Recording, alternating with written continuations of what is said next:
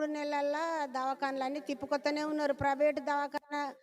Private దవాఖానలనే చూపెట్టుకొత్తాన్లు. ఏంటిది గొంతు నొప్పి, చెవు నొప్పి.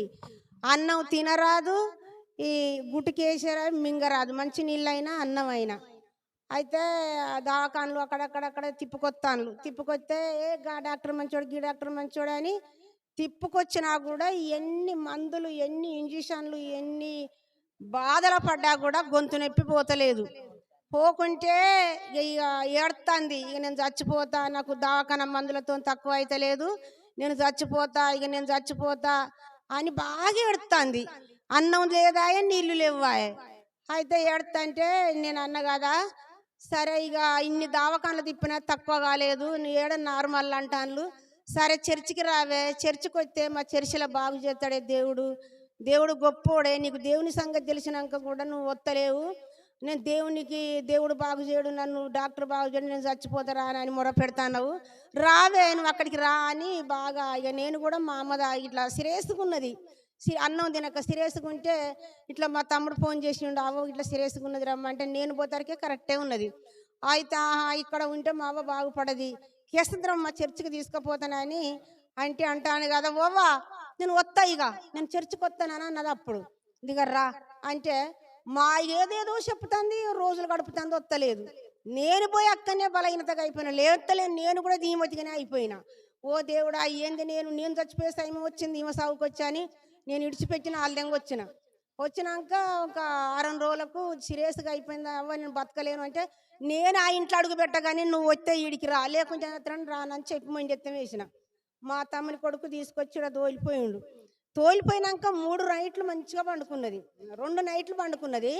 3వ నైటు ఇక సాతాను కూడా ఏం చేస్తాడు, వస్తాండు, ఇక మనిషి వచ్చినట్టే వస్తాడు. ఓవ ఇగోడే, నిద్ర కాదు ఏం కాదు, ఓవ ఇగోడే.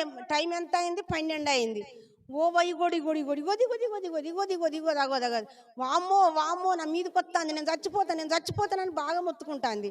అరే కళ కాదాయో దర్శనం కాదా, ఎట్లా కావాలి, ఈ గిట్ల మొత్తుకుంటుంది. టైం చూస్తే 12 అవుతుంది, మంచి నిద్ర వాటు. ఎవరన్నా వస్తారా ఈ టైంలో? ఓ దేవుడా ఏంది దేవుడా, మాకు ఎవరు ఉన్నారయ్యా ఈ టైంలో?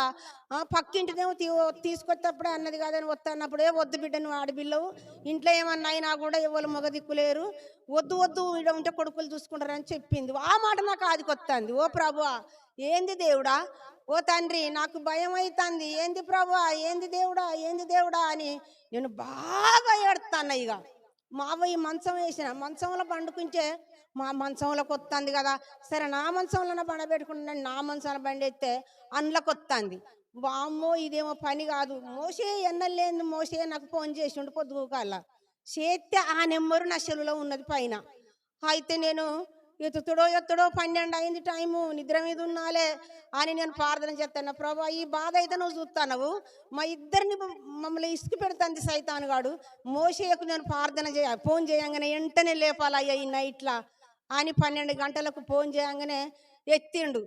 మోసే ఎత్తి ఏం దక్క అంటే గిట్ట సంగతి అయ్యా అని అన్ని చెప్పంగానే ఏం కాదు కళ్ళు మూసుకొని నేను ప్రార్థన చేస్తాను అన్నాడు. ప్రార్థన చేస్తంటే ఇక చేస్తాండి, ఇక ప్రార్థన చేస్తంటే మా అవ్వ దగ్గర ఉన్న దయ్యం ఇగో ఇట్లా పడిపోతుంది ఈ మోషేయ ప్రార్థనలా. అమ్మాయిగా ఇక నువ్వు భయపడకే, దేవుడు ఉన్నాడు, మోషేతోటి ప్రార్థన చేస్తాడు, చూసినావా దేవుడు ఎంత కార్యం చేస్తాడు, ఏం కాదు భయపడకు నువ్వు, దేవుడు ఉన్నాడు అని నేను చెప్తాంటే మళ్ళీ ఏం చేసిందిగా ఇట్లా ఇక నుంచి తీసుకొచ్చింది. మోషే అన్నాడు కదా, అక్క మీరు భయపడకుంటే నిద్ర వాటున్నది, ఇక కాకుంటే ఏసు రక్తం చల్లి మీరు పండుకో, అమ్మ ఇక పండుకుంటుందని అన్నాడు. అనగానే మళ్ళీ ఏం చేసింది, ఇట్లా పడి మళ్ళీ ముసలానికి గోడెమ్మట వస్తుంది దయ్యం.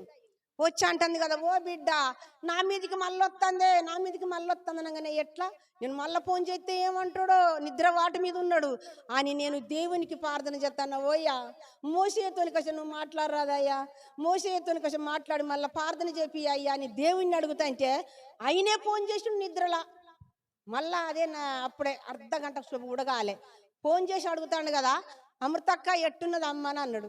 ఓయ్యా మళ్ళా గిట్ల వస్తుంది అయ్యా అనగానే భయపడకుండ్రి ఏం కాదు, గదేం చెప్తుందక్క, ధైర్యం చెప్తాడు, గదేం చెప్తుందక్క, ప్రార్థన చెప్తాను కాగు అని మళ్ళా ప్రార్థన చేసిండు. ప్రార్థన చేసినాక అంటాడు కదా, ఒక అమ్మాయిగా లేవకుండా అంటది, ఇక లేపకు నువ్వు, ఇక లేవకుండా పంటది, తెల్లారిందాక పంటది, లేపకిగాని అన్నాడు. అని మళ్ళా ప్రార్థన చేసి అన్నాడు కదా, ఇక నువ్వు నిద్రపోకక్క, నువ్వు ప్రార్థనలోనే ఉండక్క అన్నాడు. నేను ఇక ముసలమ్మ మంచంలో నాకు కూర్చొని ఇక ప్రార్థన చేస్తా అన్న ఈయన చెప్పినట్టే చేసి చేసి చేసి 10 నిమిషాలలోనే ముసలమ్మ నిద్రపోయింది. ఇక నిద్రపోయినాక నేను నిద్ర లేకుండా ఒక 2 గంటలు ప్రార్థన చేసిన. 2 గంటలల్లా దేవుడు అద్భుతం చేసిండు మా ఇంట్లో. మోషేయ మాటతోటి మా ఇంట్లో అద్భుతం జరిగింది. ఆ నైటు దయ్యాన్ని దేవుడు దాన్ని ఎల్లగొచ్చిండు బయటికి.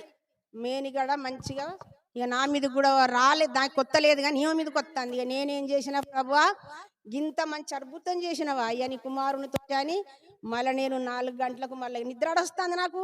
4 గంటలకు మళ్ళీ ప్రార్థన చేసి ఇక మా అవ్వని ఎప్పుడు లేపినా కూడా లేతలేదు, పడుకుంటాంది. మోషేయ మాటతోటి మళ్ళీ లేవకుండా పడినది. ఇక తెల్లారిందాకా అట్టినే అన్నాడు, లేవదిగా లేపకుండా అంటే అట్టినే పండుకున్నది. ఈ సాక్ష్యం దేవుడు దీవించునుగాక. మళ్ళీ అంటుంది కదా,